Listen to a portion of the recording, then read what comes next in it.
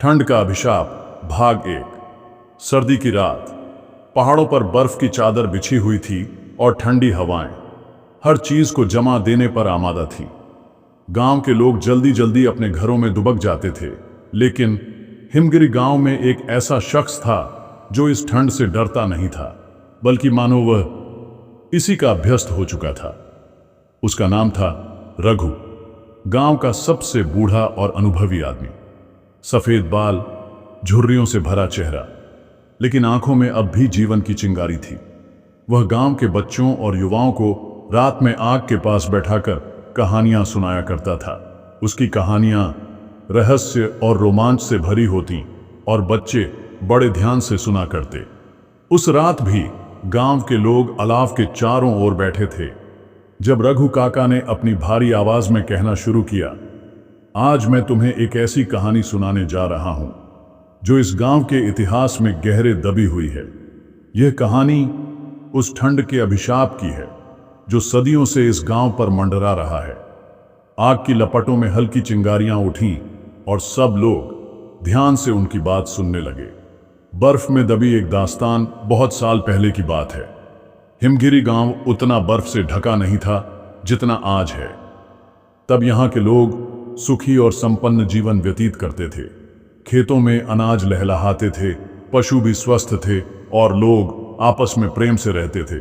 लेकिन फिर एक दिन गांव के एक बुजुर्ग ने भविष्यवाणी की, सावधान, एक समय ऐसा आएगा जब यह गांव ठंड के शिकंजे में जकड़ जाएगा। अगर हमने समय रहते इसका हल नहीं निकाला तो हमारी पीढ़ियां इस श्राप को भुगतेंगी। लोगों ने इसे बस एक बुजुर्ग की बड़बड़ाहट समझकर अनदेखा कर दिया। लेकिन धीरे धीरे मौसम बदलने लगा। गर्मियां छोटी होने लगीं और सर्दियां लंबी। हर साल पहले से ज्यादा बर्फ गिरने लगी। लोगों के घर बर्फ से दबने लगे, खेत बंजर हो गए और पशु ठंड से मरने लगे। गांव के बुजुर्गों ने तब मिलकर यह निर्णय लिया कि इस समस्या का समाधान खोजने के लिए गांव के सबसे बहादुर युवक वीरभान को हिमगिरी पर्वत के शिखर पर भेजा जाए। ऐसा कहा जाता था कि वहां एक रहस्यमयी संत रहते थे जो हर समस्या का समाधान जानते थे। वीरभान तैयार हुआ और अपने सफर पर निकल पड़ा। उसने कई कठिनाइयों का सामना किया, बर्फीले तूफान, जंगली जानवर और भयानक ठंड, लेकिन उसने हार नहीं मानी। कई दिनों की कठिन यात्रा के बाद वह हिमगिरी पर्वत के शीर्ष पर पहुंचा, जहां एक गुफा में एक दिव्य संत तपस्या कर रहे थे। वीरभान ने संत के चरणों में गिरकर प्रार्थना की, हे महात्मा, कृपया मेरे गांव को इस ठंड के अभिशाप से मुक्त कर दीजिए। वहां के लोग ठंड से मर रहे हैं, फसलें नष्ट हो रही हैं और जीवन असंभव हो गया है। संत ने धीरे से आंखें खोली और मुस्कुराए। यह ठंड कोई साधारण प्राकृतिक घटना नहीं है पुत्र, यह एक अभिशाप है जो वर्षों पहले एक महायोगी के क्रोध से उत्पन्न हुआ था। उसे लोगों की नासमझी और उनके द्वारा किए गए अन्याय ने क्रोधित कर दिया था और उसने इस गांव को शाश्वत ठंड का श्राप दे दिया। वीरभान अधीरता से बोला, बताइए प्रभु, हमें क्या करना होगा? संत ने उत्तर दिया, श्राप को मिटाने के लिए तुम्हें उस योगी की आत्मा को शांति देनी होगी। उसके क्रोध को शांत करने का एकमात्र तरीका है उसकी खोई हुई धरोहर को लौटाना। रहस्य और खोज। वीरभान को संत ने बताया कि वह योगी पहले इसी गांव का एक संत था जिसने एक दिव्य मणि को अपनी साधना से प्राप्त किया था, लेकिन गांव के कुछ लालची लोगों ने उस मणि को चुरा लिया और उसे पर्वत की किसी गहरी खाई में फेंक दिया। उसी के परिणाम स्वरूप योगी ने क्रोधित होकर गांव को ठंड से भर देने का श्राप दे दिया। अब वीरभान के सामने सबसे बड़ा कार्य था उस खोई हुई मणि को खोजकर वापस लाना। गांव लौटकर वीरभान ने सभी बुजुर्गों से उस मणि के बारे में पूछा, लेकिन कोई ठोस जानकारी नहीं मिली। अंततः गांव के सबसे पुराने बुजुर्ग ने कहा, वह मणि पर्वत की गहरी खाई में दफन है जहां अब तक कोई जीवित नहीं लौटा। लेकिन वीरभान को तो अपनी धरती को बचाना था। उसने बिना समय गंवाए पर्वत की खतरनाक खाई की ओर प्रस्थान किया। बर्फीली हवाएं उसके रास्ते को मुश्किल बना रही थी, लेकिन वह रुका नहीं। अंधेरे की गहराई में जब वीरभान खाई के पास पहुंचा तो उसने देखा कि वहां बर्फ की एक मोटी परत जमी हुई थी। लेकिन जैसे ही उसने वहां कदम रखा, धरती कांपने लगी और बर्फ फटने लगी। अचानक एक तेज तूफान उठा और वीरभान को खाई ने खींच लिया। वह गिरता चला गया और एक रहस्यमयी गहरी गुफा में जा पहुंचा। वहां का दृश्य अद्भुत था। दीवारों पर अजीब आकृतियां बनी थीं और ठंड के बावजूद वहां की हवा गर्म थी। तभी उसे एक चमकती हुई वस्तु दिखी। वह वही दिव्य मणि थी, लेकिन जैसे ही उसने उसे उठाने की कोशिश की, एक रहस्यमयी परछाई उसके सामने प्रकट हुई। कौन हो तुम? उस भूतिया आवाज ने पूछा। वीरभान ने साहस बटोर कर उत्तर दिया, मैं हिमगिरी गांव का एक युवक हूं जो अपने गांव को बचाने आया है। आवाज गूंजी, क्या तुम सच में यह मणि वापस ले जाने योग्य हो? क्या तुम्हें इसका मूल्य पता है? वीरभान ने विनम्रता से उत्तर दिया, मैं नहीं जानता कि इसका मूल्य क्या है, लेकिन मैं जानता हूं कि मेरे गांव के लिए यह जीवन और मृत्यु का प्रश्न है। अगर यह मणि ही हमारे अभिशाप का कारण है तो मैं इसे वापस ले जाकर संत के बताए विधि से उसे लौटाना चाहता हूं। परछाई कुछ पल चुप रही, फिर उसकी गूंजती आवाज आई, यदि तुम्हारी नीयत सच्ची है तो यह मणि तुम्हारी हुई, लेकिन याद रखो, इसे केवल सच्चे उद्देश्य से ही उपयोग करना। जैसे ही वीरभान ने मणि को उठाया, पूरी गुफा प्रकाश से भर गई और वह अचानक फिर से बर्फीली खाई के ऊपर आ गया। यह किसी चमत्कार से कम नहीं था, ठंड का अभिशाप। भाग दो।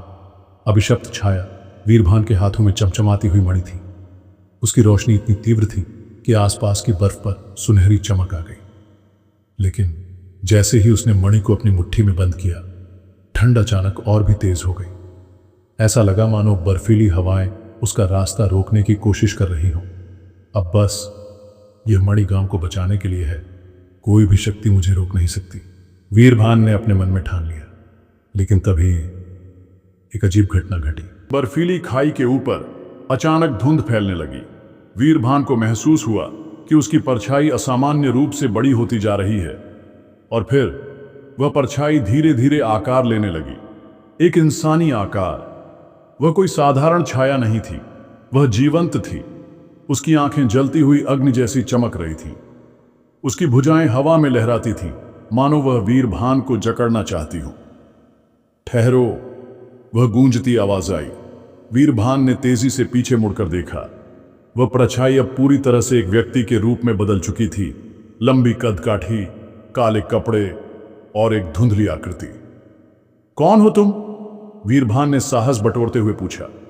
मैं वही हूं जिसके कारण यह अभिशाप इस गांव पर पड़ा है। मैं वही हूं जिसकी आत्मा अब भी इस शीत भूमि में भटक रही है।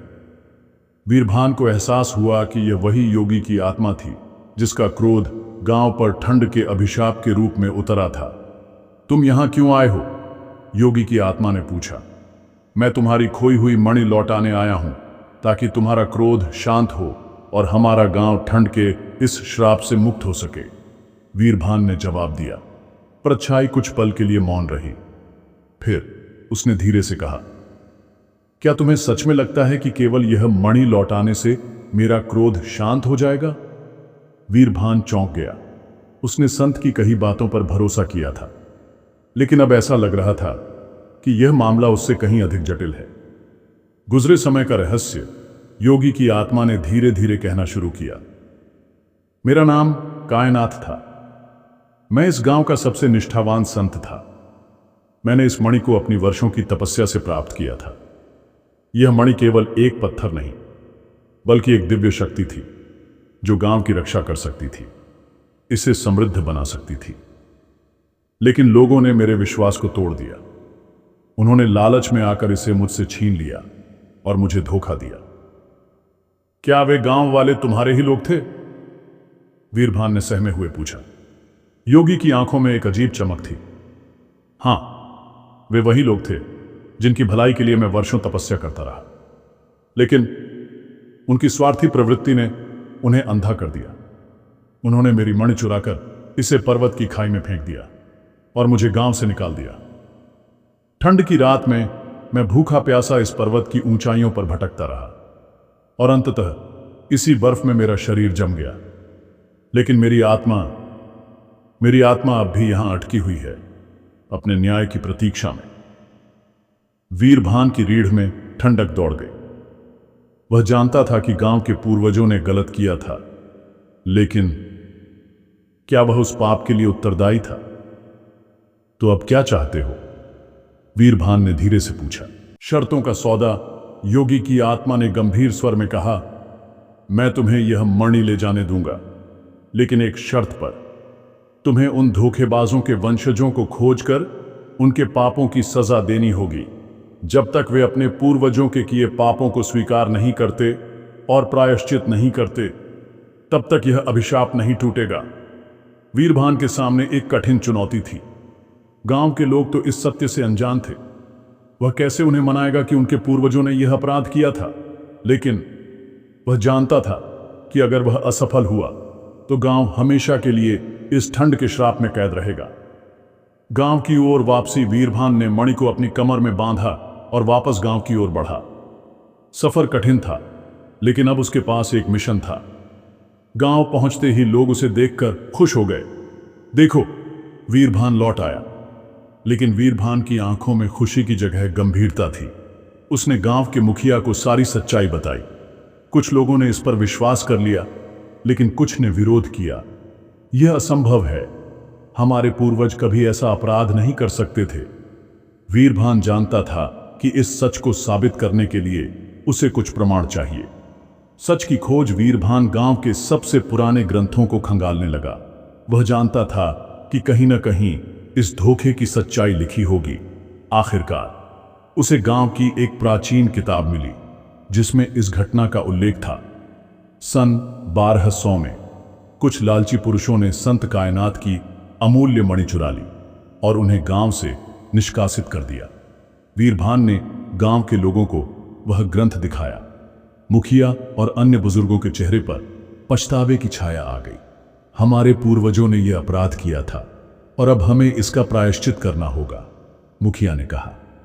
अंतिम मुक्ति गांव के सभी लोग पर्वत के शिखर पर पहुंचे।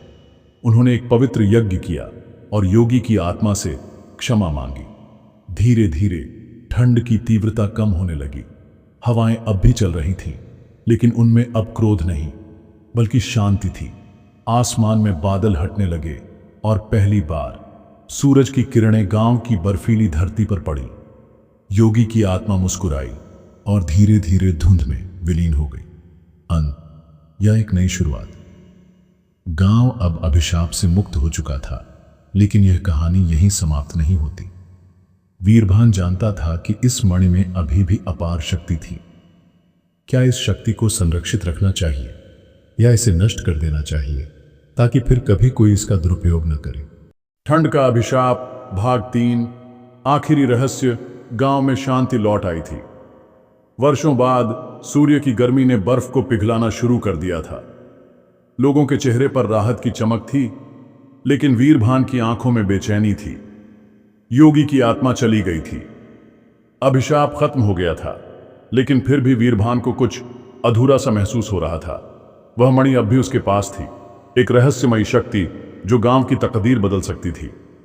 शुभ संकेत या बुरा सपना।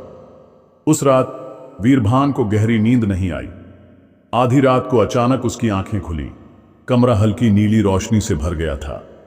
वह घबरा कर उठ बैठा। मणि चमक रही थी, लेकिन यह कोई साधारण चमक नहीं थी।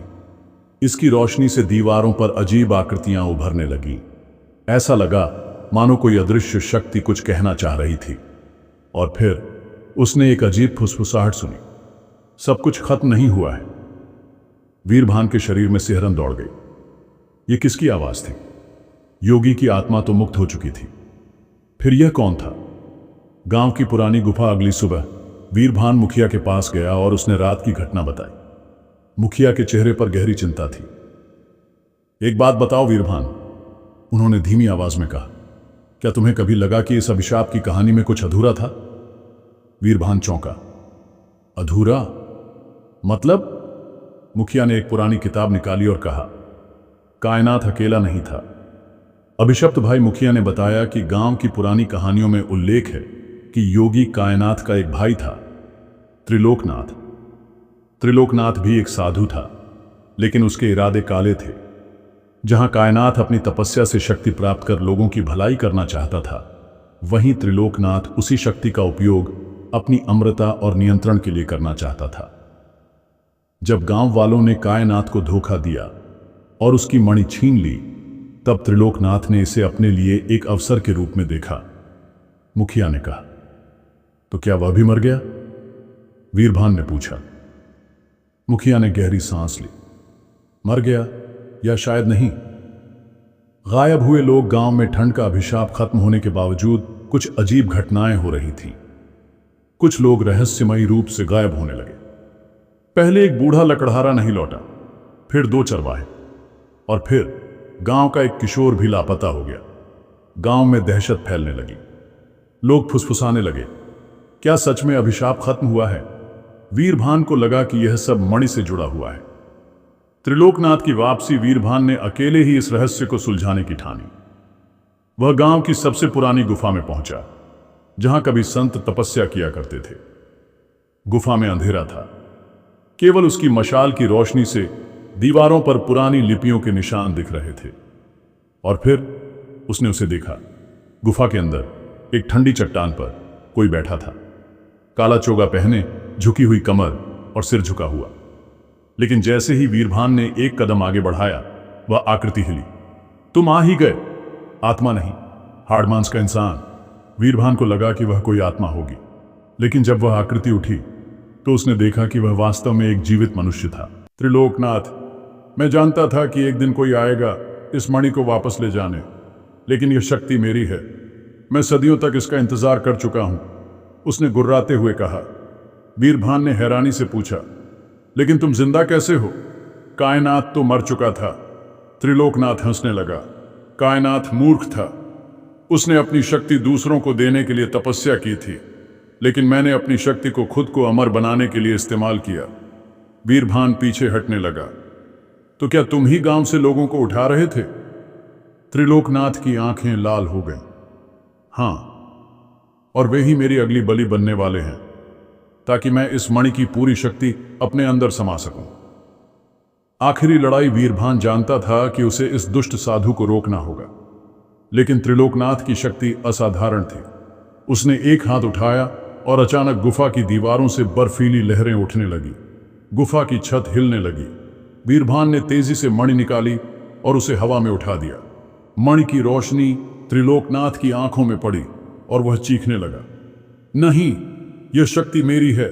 लेकिन वीरभान को अब समझ आ गया था, इस मणि को नष्ट करना ही एकमात्र उपाय था। शक्ति का अंत वीरभान ने पूरी ताकत लगाकर मणि को जमीन पर दे मारा। धड़ाम! मणि टकराई और एक जोरदार धमाका हुआ। गुफा के अंदर भयंकर ऊर्जा लहराने लगी। त्रिलोकनाथ चिल्लाया, तुमने क्या किया? लेकिन अब देर हो चुकी थी। मणि फट गई और उसके साथ ही त्रिलोकनाथ की अमरता भी खत्म हो गई। कुछ ही पलों में वह बूढ़े शरीर में बदलने लगा। नहीं, नहीं, यह नहीं हो सकता। वह जमीन पर गिर पड़ा और धीरे धीरे उसकी सांसें थम गईं। गांव की नई सुबह वीरभान गुफा से बाहर निकला। अब कोई रहस्य नहीं बचा था। गांव की ठंड पूरी तरह से खत्म हो चुकी थी। लापता लोग वापस आ गए, क्योंकि वे त्रिलोकनाथ के जादू में फंसे हुए थे। मुखिया और गांव वालों ने वीरभान का स्वागत किया। अब मणि नहीं थी, अब न कोई अभिशाप था, न कोई लालच। गुफा में त्रिलोकनाथ के अंत के बाद वीरभान धीरे धीरे गांव की ओर बढ़ा। रास्ते में बर्फ की ठंडक अब पहले जैसी नहीं थी। सूरज की हल्की किरणें बर्फ पर चमक रही थीं और हल्की गर्माहट महसूस हो रही थी। गांव के लोग वीरभान की प्रतीक्षा कर रहे थे। जैसे ही वह पहुंचा, सभी खुशी से झूम उठे। अभिशाप हमेशा के लिए खत्म हो गया, मुखिया ने घोषणा की। लोगों के चेहरों पर राहत और उल्लास था। वर्षों बाद पहली बार वे बिना डर के चैन की सांस ले पा रहे थे। खुशियों का जश्न गांव वालों ने वीरभान को सम्मानित किया। उन्होंने उसके साहस और बलिदान की सराहना की। गांव की सबसे बुजुर्ग महिला ने वीरभान को आशीर्वाद देते हुए कहा, बेटा, तुमने केवल गांव को बचाया नहीं, बल्कि हमें हमारी खोई हुई खुशी लौटाई है। गांव में उत्सव मनाया गया। सभी ने मिलकर नाच गाना किया और अच्छे भविष्य के लिए प्रार्थना की। बर्फ धीरे धीरे पिघलने लगी। गांव के खेत फिर से हरे होने लगे। बच्चों की खिलखिलाहट, युवाओं की उमंग और बुजुर्गों की संतुष्टि ने पूरे माहौल को आनंदमयी बना दिया। नई शुरुआत। अब न कोई डर था, न कोई रहस्य। वीरभान जानता था कि उसकी यात्रा कठिन थी, लेकिन उसका परिणाम सुखद था। उसने अपनी मां से वादा किया था कि वह गांव को बचाएगा, और आज वह अपने वादे पर खरा उतरा था। गांव अब खुशहाली की ओर बढ़ रहा था। लोगों ने मिलकर खेतों में काम करना शुरू कर दिया। व्यापार फिर से जीवंत हो गया। गांव में कोई भूखा नहीं था, कोई डरा हुआ नहीं था। एक दिन वीरभान पहाड़ की ओर देख रहा था। वह जानता था कि इतिहास में कई रहस्य छिपे होते हैं, लेकिन जो सबसे महत्वपूर्ण होता है वह है साहस, एकता और सच्चाई। मुखिया ने वीरभान से कहा, अब तुम्हें भी अपने जीवन की एक नई शुरुआत करनी चाहिए। तुम्हारे लिए यह गांव हमेशा तुम्हारा घर रहेगा। वीरभान मुस्कुराया और कहा, हाँ, यह अंत नहीं, बल्कि एक नई शुरुआत है। अंत। अब गांव में न ठंड का डर था, न अभिशाप का साया। सिर्फ एक नई सुबह थी, खुशियों से भरी, उम्मीदों से भरी।